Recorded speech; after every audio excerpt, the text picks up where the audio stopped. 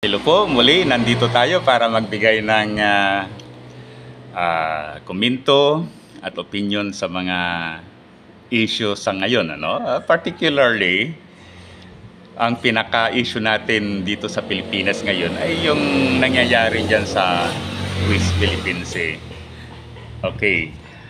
Lagi kong naririnig yung argumento na ang isa sa mga dahilan kung bakit ang bansa natin ay binubuli ay dahil sa kapabayaan ng mga past administration. Kasi sinasabi nila na mahina ang bansa natin dahil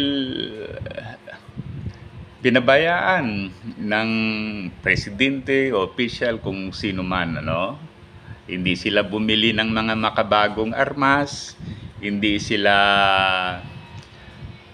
nag-invest sa mga moderno at saka yung talagang malalakas na weapons at saka iba pa. In one way, that is correct.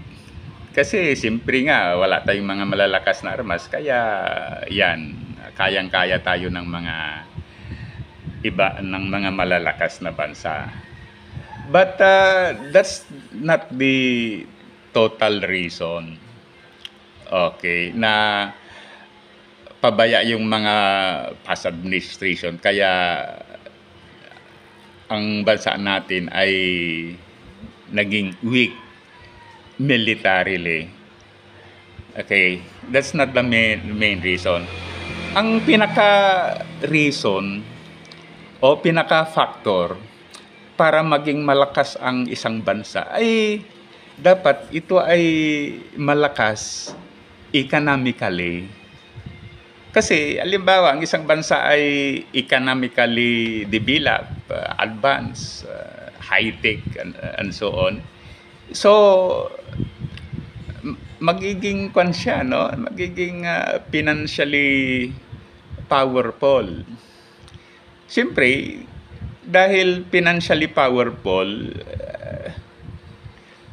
madali siyang makabili ng mga modernong gamit. Okay? Alam naman natin, yung mga modernong gamit, mga jets, mga barko, aircraft carrier, billion dollars ang halaga ng mga yan. Okay. So, at this point in time, dito sa Pilipinas, halimbawa, yung 1 billion, paano lang, sabihin na lang natin na $1 million. Okay, marami pang mga bagay-bagay na dapat i-prioritize para kaya dapat magamit yung $1 million na yan. Okay, kulang pa tayo sa mga hospitals, mga roads natin, mga infrastructure. So, we need more money. Okay? Ngayon, so halimbawa, ang Pilipinas ay mayaman dahil ang mga industries, marami tayong mga industries. So in other words, ang Pilipinas ay industrialized countries. Maraming mga trabaho, maraming mga projects. So in other words, malaki ang income ng gobyerno. So kayang-kaya yan, na makabili na yan, automatic. Okay, tingnan natin ang Singapore. Singapore is a very small country, ngunit mayaman siya, kaya makabili siya ng mga makabagong gamit o makabagong armas. Ngunit tayo dito sa Pilipinas, siyempre, mas marami pang mga bagay na dapat i-prioritize. Although, hindi naman lang ibig sabihin yan, hindi na tayo mag-invest sa mga sa ating military equipment. Yan ang punto ko. Hindi naman, dapat naman tayo mag-invest kahit ganitong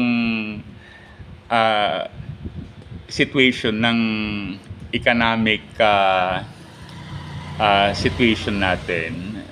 Dapat din mag-invest tayo sa military modernization.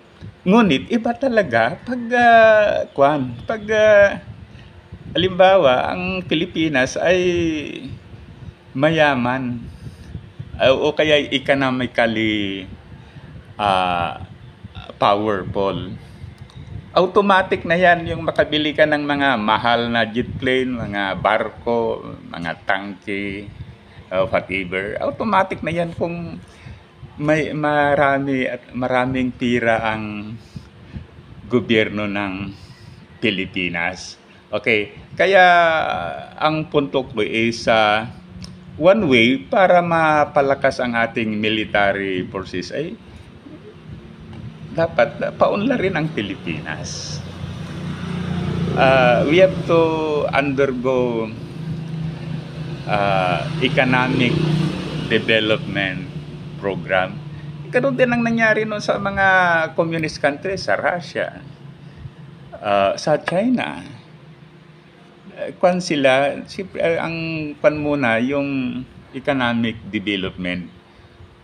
Okay. So, ganun ang pananaw natin. Kaya, ganito na lang. Huwag na tayong mag-blame kung sino man itong and so on. At this point in time, bilang Pilipino, we have to unite. Sabi ko nga, yung mga maka-China, unang labanan natin yung mga maka-China na Pilipino para harapin natin ang China bilang nagkakaisang bansa. Hopefully hindi magkakaroon ng gera ang Pilipinas at China.